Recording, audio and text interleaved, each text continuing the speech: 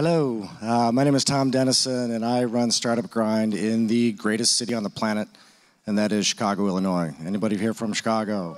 Let's give it up. So I'm incredibly honored and privileged to present our next two guests, and they are unquestionably two of the greatest people on the planet. So the first is Halle Tecco, who is the founder of RockHealth. And RockHealth is the preeminent seed fund for digital health startups. The second guest is Elizabeth Gore, here they come, who was the first resident entrepreneur at the United Nations Foundation. She was also selected by People magazine as a top 100 extraordinary women on the planet. So everybody, let's give it up for Halle Tecco and Elizabeth Gore. Thanks, Tom. Thank you. You guys do that for everyone? No, just for us. Just for us. All right. Well, howdy, everybody. Howdy. You fired up after lunch? Awake? Yes. Yes? Everybody up there too? Yes? Hi. It's hard to see. Well, it is a great pleasure to be here at Startup Grind. I'm pumped up, and I'm really excited to have Halle here with us to talk about disrupting healthcare. I now work with Dell Computer, and we do a lot of work with healthcare, but I certainly have a lot to learn. So, Halle, tell me about RockHealth and what you guys are up to. Sure. I still have a lot to learn as well. It's a pretty complex industry with a lot of hairy problems. So in 2010, I co-founded RockHealth, based here in San Francisco, actually. And our whole thesis was that there's this huge market opportunity in healthcare. And there's a group of entrepreneurs that are extremely talented, that have a really great idea for building products that people will use and delight people. Yet the access to the healthcare system is pretty limited. And so we wanted to find great entrepreneurs that may or may not have any experience in the healthcare industry and give them the resources and funding that they need to take a shot at disrupting this monster industry. And my understanding is over $4 billion went into investing in funding for digital health last year. Is that right? Yeah, so we follow closely the funding in the space and how it grows year over year. And so last year was a record year with over $4 billion in funding, as you said, which was about 127% growth from the prior year. But what's actually more astonishing is that the speed of investments into digital health has grown faster than traditional healthcare, so biotech, med device, but also it's growing faster than investments in software. And the reason is that there are, digital health kind of sits in between healthcare and technology, and so we're seeing the healthcare industry, the healthcare investors looking at digital health as kind of the new emerging market for the healthcare industry. And these are longtime healthcare investors. And then the other side, we see tech investors that are probably wouldn't have touched healthcare with a 10-foot pole 5 years ago that are now starting to get excited and build investment theses around this. And I think a great example is Google Ventures. Last year, 30% of their investments were in healthcare. Wow. If any of you are touching health at all in your business, will you applaud? So, what are you looking for in these guys and gals? Yeah. What's interesting to you? Well, simply put, we're interested in ideas that can make a dent in healthcare. So really big ideas. And the reason is, this is a $3.7 trillion industry. So it should be easy to find big problems that you can work on. So I would say that's kind of first and foremost, is that the product or the service that a company is creating can make a really big difference and not just be kind of an incremental, okay, this is a little bit better than what's before. And then really what it comes down to for us, as is true for most seed investors, is the team. So really having a team that is well-positioned to execute on their idea. And what are the barriers that you're seeing, the folks you did bring into the fold that are scaling? What are they going through, and how are you helping them get over it? Yeah. Well, when we started, one of the biggest complaints that we heard from entrepreneurs was that they didn't really understand the regulatory environment. And that was the biggest fear was, am I going to spend my time and my resources building a product and have the FDA shut it down. And that was because there wasn't clear guidelines around what is a medical device or not. So if you build an app for the iPhone that can diagnose something, does it turn your iPhone into a medical device? And if it does, then the FDA would probably want to regulate it. But they didn't state explicitly what needed to be regulated in that process because, you know, they're the FDA and they're really behind. So that was kind of the biggest issue 5 years ago, and it's really changed drastically. And there have been some really great examples of companies that have kind of led that process. 23andMe famously has been battling with the FDA, and they're kind of paving the path for, you know, future entrepreneurs in the space. And I would say now the real barriers are the same as any other industry, which is hiring. That's like the biggest complaint that we hear, is just how hard it is to hire, especially in the Bay Area. So talent, regulations. Yeah. Have any of you applaud if you've hit any kind of regulation issue?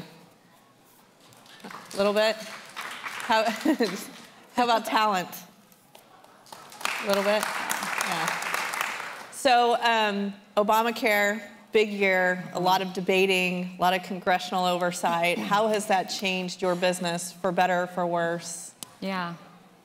Well, I think it's twofold. So I think one, the press and the acknowledgement of this reform has created an environment where we as consumers, we forget that, you know, healthcare isn't this like ivory tower looking down and being, you know, doing something to the rest of us, but rather the other way around. Healthcare is universal. Every single person in this room has touched the healthcare system at one point in the past and will in the future. And we all have health data, and we all are living beings. And so having this discussion become more mainstream and seeing people get more and more upset with how broken our system is has been a real driver for a lot of the great companies that have been founded over the past couple of years. So I'd say that's one thing, is they've kind of unearthed some of the truths about healthcare that should make us all very, very, very upset, and it is making people upset and wanting to change things.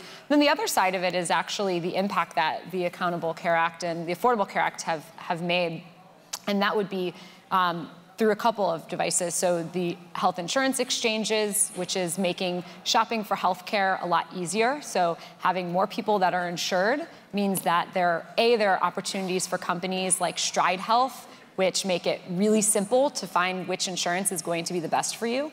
Or on the insurance side, now insurance companies have to compete a little bit more to stand out from the other health insurance companies. So there are opportunities to build products that can help insurance companies offer better services and operate at better margins. Are there gaps, just gaping holes that you see that there's an opportunity for more entrepreneurs in the health space? Yeah, I mean, one area that we spend a lot of time thinking about and investing in, we like to call digital medicine.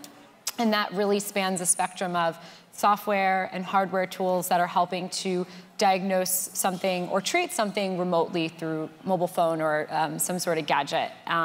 So kind of on the diagnosis side, we have a couple of interesting companies that we're excited about. There's a company called NeuroTrack that can detect Alzheimer's earlier than anything else on the market, and it's a piece of software that uses eye tracking technology through your laptop. Wow. So the fact that that's a test that is you're able to take it at home and it's a lot cheaper than anything else is a great example of a diagnostic that could be done through software. CellScope is a very cool company here in the Bay Area that we also funded that built a little gadget that sits over the camera on the smartphone and turns it into an otoscope. For people that don't have kids, an otoscope is what can tell you if your child has an ear infection or not. And it is the #1 reason. Are you a mom? Yep. Okay. So I'm not yet, but I hear that ear infections are the #1 reason. We have one in our house this week. Okay. So I haven't slept. Yeah. And it probably required you to go to the doctors and get the script. And if it happened in the middle of the night, there was nothing you could do. I'll be downloading that app today. Well, you have to actually also buy it, but you can go to cellscope.com and buy. It's this little device that sits over the camera so that you can take a picture of the inner ear. It's actually a video of the inner ear, and the doctor can see it remotely and say if that's an ear infection or not. So you can imagine that's cutting the cost drastically and increasing access to a diagnosis. So we're really excited about things that basically bring care out of the hospital. We'd like to see a world where you only go to the hospital if you're like, have a knife sticking out of your arm or something that you can't fix on your own. I mean, the idea is that we have health continuously all day, every day, yet we only go into the hospital at like periodic points. And we really need to be better managing and taking care of ourselves without the expensive hospital system that we've created. Are there any states that you feel like are more ahead than others with health? No, unfortunately not. I mean, I would say California is a great place because the people here tend to be early adopters. Okay. So I would say it's not necessarily the states. They all kind of have the same regulatory burdens. One of the biggest burdens is around kind of state credentialing for doctors. So we have a company called Doctor on Demand, which is a telemedicine company, and they had to, and so you can't actually treat patients across state lines if you're a doctor. So you could be like 10 minutes from a patient, but if they're on like the other side of the state line, you can't treat them legally. Which, as you can imagine, if you're building a double-sided platform that's a telemedicine company, you'd have to hire doctors in every state. So they had to kind of scale fast to make sure that they could serve any customer that would come to them. So that's a big issue, and that's something that the states want control over, credentialing doctors. So you have to be like licensed in a state. And that is to me, it just makes it, I understand why lawyers need to be credentialed in a certain state because law is different in every state. But how on earth would a doctor in Ohio have any sort of knowledge about my body that's different from a doctor here? Right. So it's really creating kind of artificial barriers for entrepreneurs and telemedicine. You wrote an article, I believe it was VCs Aren't the Bad Guys. Oh, yeah. Tell us the premise behind that. Let me remember. That was probably a year or two ago. So as you can imagine, there's this old guard in the healthcare world that is very resistant to change and is very threatened by change because a lot of the things that we're doing and we're funding essentially replaces things that doctors do. And it's this same argument and same fear that we have kind of across the technology spectrum on are machines going to replace humans? And a lot of what doctors do, are going to be replaced. And we think that's a good thing because then doctors can be freed up to really focus on the most complex cases and do what they're really good at versus if a diagnosis can be made more accurately and more cheaply with a computer, then we should be allowing that to happen. So anyway, Vinod Khosla famously said at one of our events that 80% of doctors will be replaced by computers, which was a pretty bold statement and pissed off a lot of healthcare people. And so there were a couple of scathing articles, and so my colleague, who's the managing director here in San Francisco for RockHealth, and I stood up to defend investors because we think that the investment community has a big impact on kind of the future of healthcare, and we want to see even more investors kind of backing great companies versus scaring. Why should we let this old guard scare away innovation and stop innovation? If anything, that should be a call to action that we need more innovation because we have to shut these people up. So. That's applause worthy, don't you think? More innovation. You have to force them to applaud. I don't know. No, come on. It's post-lunch, so it's okay. Yeah. So totally switching gears, you've been very outspoken about women entrepreneurs and wrote a really popular piece about stop stereotyping women entrepreneurs. And that was actually in response to a piece that another woman wrote about that there's not as many women in the entrepreneurial space because they choose instead to have children, and you push back on that. Yeah. Tell us about that and your thoughts, and why was that so important to you to write that piece that got so much traction? Yeah. So that was, I wrote that years ago, so I'm and I've bitched about a lot of things since then around women and entrepreneurship. But when I saw that article, I just remember how I felt. I was in business school, and I was, facing the challenges of every, I was 25, every young adult, regardless of gender, in, the confidence of is what I'm working on valid and will it work? And this was, the early stages of RockHealth. And then I like came across this article in TechCrunch, and it was like women don't start companies because they want to have babies. And I was just like, you know, my ovaries hurt. Like, I was just like, ugh. And I felt that visceral response because it kind of reinforces the lack of confidence that a lot of young adults face, men and women. Yet you never like see things about men and like, you know, publicly helping men question if they're gonna be successful or not, but there's a lot of talk around women. So my favorite thing, and you guys should look up the piece, it's in Forbes. I don't know how you found it, but probably just Forbes Halle Tecco.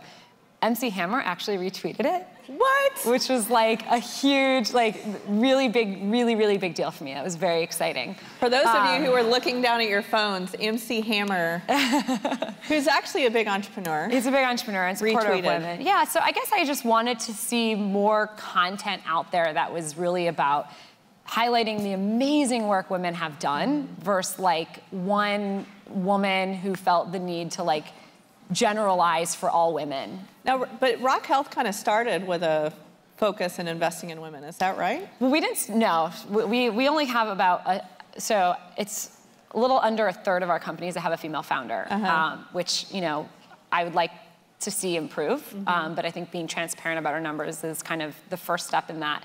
But we do, you know, because I'm a woman, it is something that's very important to me, and we do events and kind of get-togethers for women in healthcare to make sure that they know that they're supported and wanted. Because I think I've experienced this, you know, going into meetings, being the only woman, and now I'm like totally used to it, and I don't even like, it doesn't even faze me, but certainly earlier in my career, it made me very uncomfortable. And I have the story that many women have of being like mistook for a secretary in a meeting. That happened pretty early in my career, which like, unfortunately so many women had that experience of like someone asking them to get them a coffee or something. But I wanna make sure that other women have that support earlier in their career before they're able to build up their confidence. So they say that women and others kind of value women based on what they've accomplished, whereas men can kind of get away with like what they're going to accomplish and their potential. And so we end up kind of treating ourselves as not good enough because we haven't accomplished enough. Whereas men, and you know, I hate to generalize, but men are more confident saying, you know, I have this vision. And we've seen a lot of men succeed early in their careers, whereas women tend to succeed a little bit later in their careers. And so I want to kind of see that switch where women believe in themselves. Even if they haven't accomplished a lot, they know that they have the potential to, so that nothing stops them. Well, let's pivot. Yeah, that's good.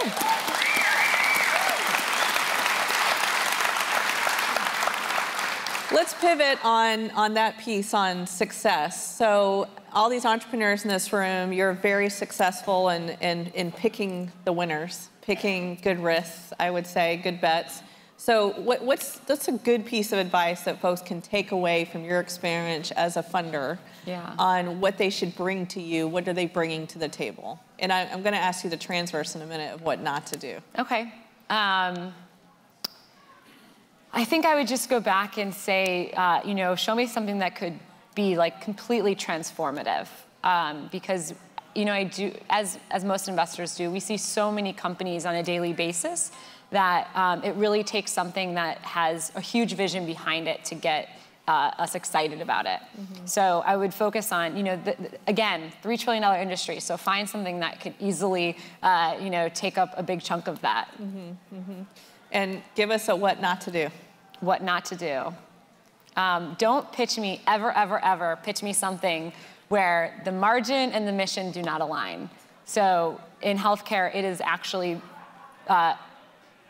we see a lot of things that could make a lot of money, but actually would keep people unhealthy and, or not. Like we saw this company that was founded by, it was actually a very prominent founder, but the idea would enable doctors to reject potential patients that they would be able to like stratify as people that are unlikely to be able to pay, which would like, you know, decrease access. They can just focus on the rich patients. And I don't want to see things like that exist in the world. There's too many ways to like help people be healthier versus, you know, reduce access. So don't bring me anything that is bad for healthcare.